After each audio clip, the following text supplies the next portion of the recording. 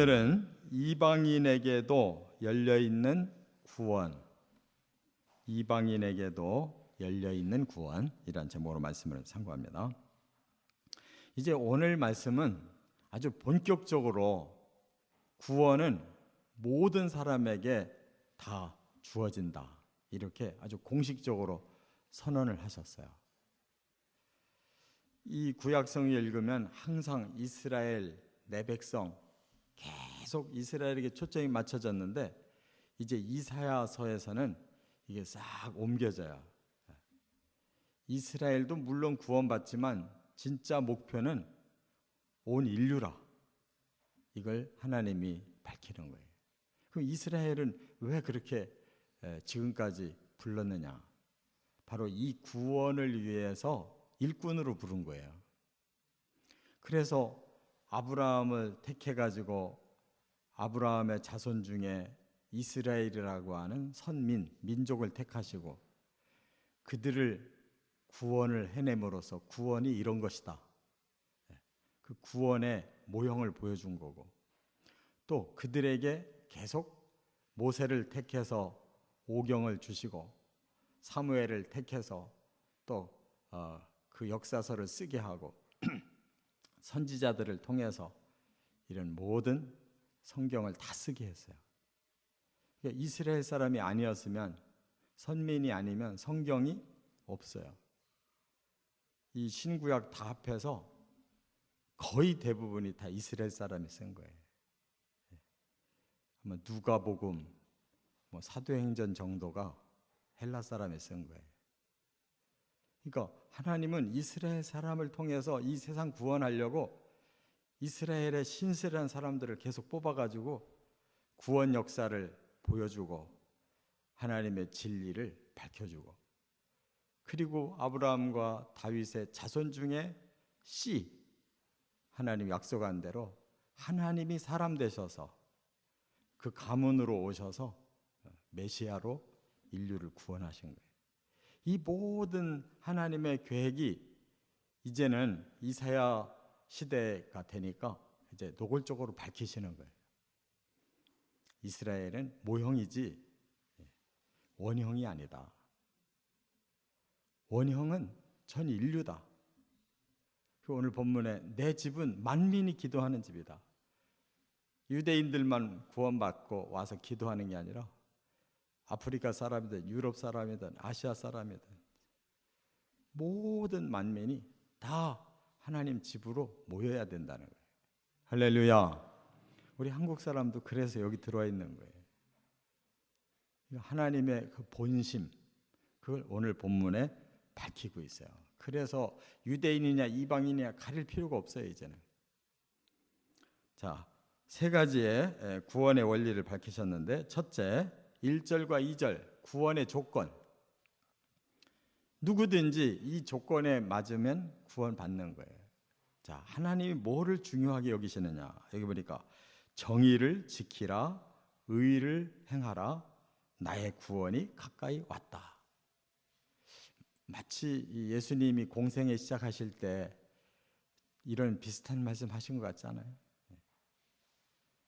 천국이 가까웠느니라 하시면서 복음을 전했잖아요. 그런데 우리는 여기에 바로 절망이 와요. 왜? 공의를 행하고 정의를 행해야 구원을 받는다라고 하는 이 말씀 앞에 우리는 자신이 없어요. 그래서 율법의 시각으로는 다들 나는 죄인인데 하고 깨닫는 거고, 복음의 시각으로는 바로 예수님이 우리를 의롭게 해주셨기 때문에 우리가 예수 안에서 구원이 열리는구나 하는 걸 깨닫는 거예요. 율법은 그 모든 계명이 정의를 행하라는 거예요. 의를 행하라는 거예요. 그런데 우리는 그렇게 못해요. 왜? 근본적으로 죄성을 가진 죄인이기 때문에 이미 조상 대대로 우리는 의인이 아니에요. 불의한 자 가운데서 태어난 불의한 자들이에요. 근데 어떻게? 그래서 하나님이 의를 우리에게 주신 거예요. 예수 그리스도를 대신 그 모든 죄값을 지게 하셔서 우리의 죄값을 다 예수님이 해결하심으로 이제는 하나님이 주신 그 구원을 우리가 받아들이면 의롭게 되는 거예요. 할렐루야. 그래서 우리는 정의로운 자로, 하나님 보시기에 죄가 없는 자로 인정을 받아서 구원을 받는다. 이 구원이 가까이 왔다. 바로 하나님의 메시아가 오셔서 이걸 선포할 거다. 그러면 너희는 믿음으로 그 의를 힘입고 구원받아라. 그 말에 얼마나 명쾌해요. 우리 힘으로 의를 행할 능력이 없어서 하나님이 대신 다 죄값 해결해 주시고 복음을 주시고 성령을 주셔서 우리를 의롭게 해주시게 되는데 왜 그 구원도 못 받아들이냐 그 말에. 사람들이 죄에 빠지고 교만하고 목이 곧아가지고 그 구원의 메시지까지도 그 복음까지도 계속 거부하고 자기들 힘으로 어떻게 해보겠다고 야단을 치는데 2000년 동안 왔는데 과연 사람들이 만들어낸 거 뭘 만들어냈어요? 이 땅에 죄만 더 심각해지고 죄의 후유증으로 사람들이 스스로 그냥 그 고통에 빠져 살고 있잖아요. 하나님이 주시는 의밖에는 구원이 없음을 믿으시 바랍니다. 그래서 나의 공의가 나타날 것이다 그랬어요. 하나님이 공의를 세우시는 그 원리가 바로 예수의 복음이에요. 그게 하나님의 공의예요. 그게 은혜의 복음이라는 거예요. 그것이 십자가의 대속의 은혜고 믿음으로만 구원을 받는 거예요. 할렐루야. 그리고 두 번째 조건이 뭐냐? 안식일을 지키라 이렇게 말씀했는데 우리는 이걸 복음적으로 해석할 줄 알아야 돼요. 율법으로 안식일을 지키라 그러면 그날 우리는 꼼짝도 못하고 거룩하게 가만히 있어야 돼. 이게 구약의 개념이에요. 그래서 바리새인들은 예수님과 그 제자들을 보고 막 흠을 찾아내잖아요. 왜 안식일 날 추수했냐? 배가 고파서 미리삭 하나 뜯어먹었다고 막 추수의 범죄를 저질렀다. 안식일 날 노동했다는 거예요. 예수님이 손 마른 자 불쌍해서 고쳐주니까 왜 안식일 날 의료 행위를 했느냐? 이게 구약의 관점이에요. 그러나 여기서 말씀하는 안식일을 지키라는 것은 너희들 꼼짝 말고 이날은 그냥 하나님 앞에 주죽은 듯이 있어라 이런 뜻이 아니고 하나님의 안식을 너희들 누려라 그 말이에요. 하나님이 너희들에게 쉼을 주셨다. 이제는 하나님 안에서 좀 자유로워지고 하나님 안에서 하나님이 기뻐하시는 그런 일을 마음껏 해라 그 말이에요.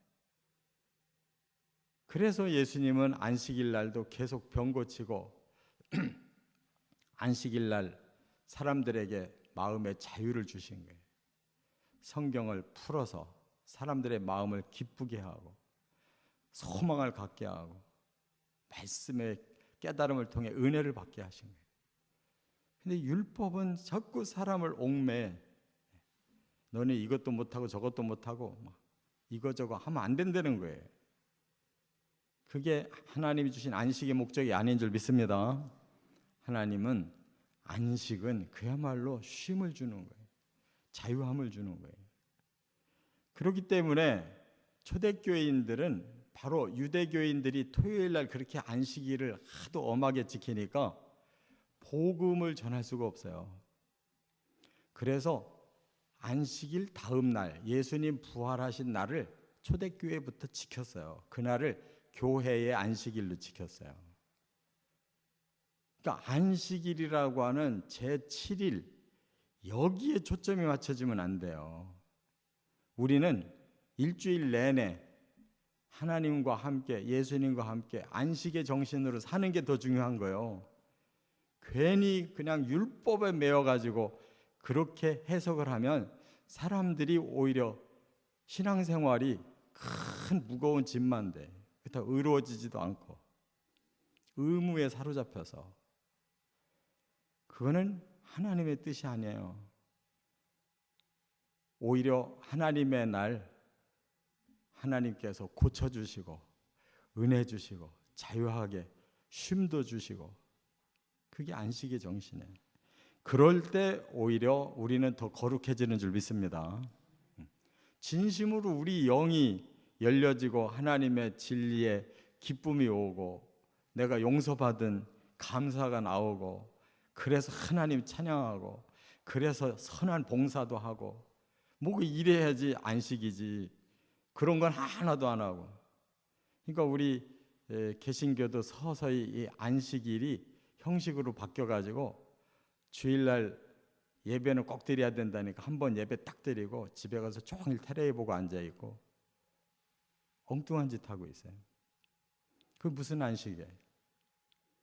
성도들과 교제를 나눠야 되고 선한 봉사도 좀 하고 하나님 말씀도 그날 좀 충분히 좀 배우고, 뭔가 영을 살려야지 안식이지. 집에 가서 종일 테레비 보고 앉아있고 자기 혼자 누리면 그게 무슨 안식이에요? 이렇게 안식의 정신이 살아나야 된다 그 말이에요.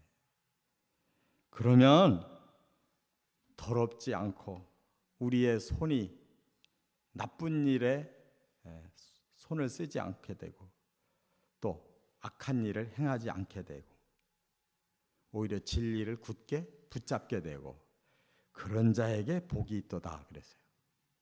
진정한 안식을 하나님이 주시는 그 진리와 그 은혜와 그 쉼과 거기에 대한 감격을 누리는 자가 복이 있는 줄 믿습니다. 이게 복음이라는 거예요. 그러니까 예수님처럼만 안식일을 지키면 되잖아요. 예수님 안식일 얼마나 바쁘셨어요. 제자들 배가 고파서 아침 일찍 일어나서 전도하느라고 배가 고파서 좀 미리 뜯어 먹었기로 그게 뭘 안식일을 거역했다는 거냔 말이에요. 그런 썩어 빠진 정신을 가진 바리새인들을 예수님은 너희들이 화가 있을 것이다. 우리 그리스도인들은 좀 그런 율법적인 걸 좀 버려야 돼요. 율법 자체는 귀한데 사람들이 율법적인 의식을 갖다가 집어넣어가지고 그냥 주일날 꼼짝도 못하게 만드는. 주일날은 하나님 안에서 자유를 누리는 날이에요. 두 번째, 3절부터 5절 구원의 대상. 누가 구원받을 수 있는 자냐? 하나님이 완전히 다 풀으셨어요. 뭐라고? 여기 보니까 여호와께 연합한 이방인 그랬어요. 본래 이방인은 금지가 돼 있었어요. 하나님의 성소에 못 들어왔어요. 율법을 보면. 그런데 하나님을 믿는 데는데 하나님께 연합한다는데 거기에 유대인이 이방인이 무슨 구별이 필요하냐? 이제는 하나님 본심을 드러내서 하나님께 연합하겠다고 하는 이방인 다 받아들인다는 거예요. 그 이방인들이 마음에 우리는 언젠가는 갈라질 거야. 하나님이 떼어낼 거야. 아니다. 결코 너희를 갈라내지 않을 거다. 이렇게 아주 확실하게 약속을 했어요. 그 다음에 고자를 말했어요. 율법의 고자는 성소에 못 들어온다고 그랬어요. 여기서 다 푸시는 거예요. 아니다. 그게 무슨 상관이냐? 이제 너희들이 하나님이 기뻐하실 일을 선택하는 사람이라면, 언약을 굳게 잡는 사람이라면, 또 하나님의 집에 하나님의 성 안에서 앞으로 그 집 아들 딸들보다, 그 말이 뭐예요? 이스라엘 백성보다 더 나은 기념물과 이름을 너희에게 줄 거다. 그동안은 소외됐던 자, 금지가 됐던 자들 다 풀린다 그 말. 하나님 안에서는 이제는 차별이 없어요. 유대인, 이방인, 정상인, 비정상인 차별이 없다 이거예요. 모든 사람은 다 하나님의 자녀예요. 잠깐 사탄에게 속아서 그들이 집을 잠깐 나간 자들일 뿐이에요. 예수님이 그래서 나는 한 마리의 잃어버린 양을 되찾는 그 기쁨이 천국 잔치를 벌일 만큼 귀한 일이라고 말씀했잖아요. 그러니까 우리 사람은 그 누구도 차별이 없어요. 하나님 안에서. 이제는 다 하나님이 다 열었어요. 그 모형의 시대는 이제 앞으로 필요 없다는 거예요. 원형의 시대가 바로 예수님 시대부터 지금까지 오고 있는 줄 믿습니다. 우리는 뭐 어떤 상태이든지 그것은 이전 것은 이제 따지지 않아요. 과연 네가 하나님과 연합하느냐, 하나님 기뻐하시는 일을 너도 선택하겠느냐, 하나님의 약속을 굳게 붙잡겠느냐, 순종하겠느냐, 그러면 다 하나님 백성이다 이렇게 말씀한 거예요. 그래서 영원한 이름을 줄 거다. 우리는 천국 백성이라고 하는 영원한 이름이 주어진 사람들이에요. 끝으로 세 번째 6절부터 8절 구원의 축복을 말씀했어요. 구원의 축복이라는 게 뭐냐? 성산으로 인도한다. 성산이 뭐예요? 거룩한 산, 시온산, 하나님의 집, 하나님의 나라로 부를 것이다 그랬어요. 그곳에는 이제 아프리카 사람도, 유럽 사람도, 아시아 사람도, 우리가 조금 싫어하는 일본 사람도 다 같이 들어와 사는 거예요. 거기에 일본이 무슨 필요가 있어요? 그런 소소한 감정 필요 없어요. 이 땅에 사는 동안만 서로와 이해관계가 있을 뿐이지 천국에서는 그래 이해관계가 필요 없어요. 이 땅에서 저 사람하고 사업하다가 틀어져가지고 말도 안 했는데 필요 없어요. 그런 소소한 이해관계가 전혀 필요 없는 세계예요. 할렐루야. 그래서 하나님의 성산에는 바로 기도하는 집이 있다. 그러니까 모든 사람이 하나님을 만나는 거예요. 하나님과 대화가 가능한 곳이에요. 그곳에서 너희들을 기쁘게 해주리라. 그 나라는 기쁨의 나라예요. 여러분, 기쁨보다 더 행복함을 느끼는 다른 방법 없어요. 마음이 기쁜 순간이 가장 행복한 거예요. 근데 우리가 뭘 기쁠 일이 있어야지 행복감을 느끼지. 사는데 치열해가지고 기쁨을 느낄 새가 없어요. 그래서 뭐 억지로 그냥 코미디언들 그냥 억지 부리는 거 보고 뭐 허탈하게 웃는 거, 그게 기쁨이 아니잖아요. 내 안에 진정으로 우리의 가치관이 아름답게 성취될 때 그게 기쁨인 거예요. 우리가 천국 가야 그 가치관이 완성되는 날 진짜 기쁨이 우리에게 주어질 줄 믿습니다. 바로 거기서 하나님 앞에 진정한 예배를 드린다 그래서요. 하나님 앞에 나가서 우리가 하나님 경배하는 날이 올 건데 정말 얼마나 우리의 마음에 기쁨과 또 거룩함이 충만하겠어요. 뭐 높은 사람 한 번 만나려고 해도 막 1시간 전부터 와가지고 그 만날 걸 다 준비하는데 우리가 하나님 전에 가서 하나님을 만나는 그 기쁨과 거룩함이 얼마나 크겠어요. 그 나라는 하나님이 만민이 기도하는 집으로 사용하신다 그래서요. 만민이라는 것은 모든 사람이 다 들어올 수 있는 집. 천국은 만민의 집이에요.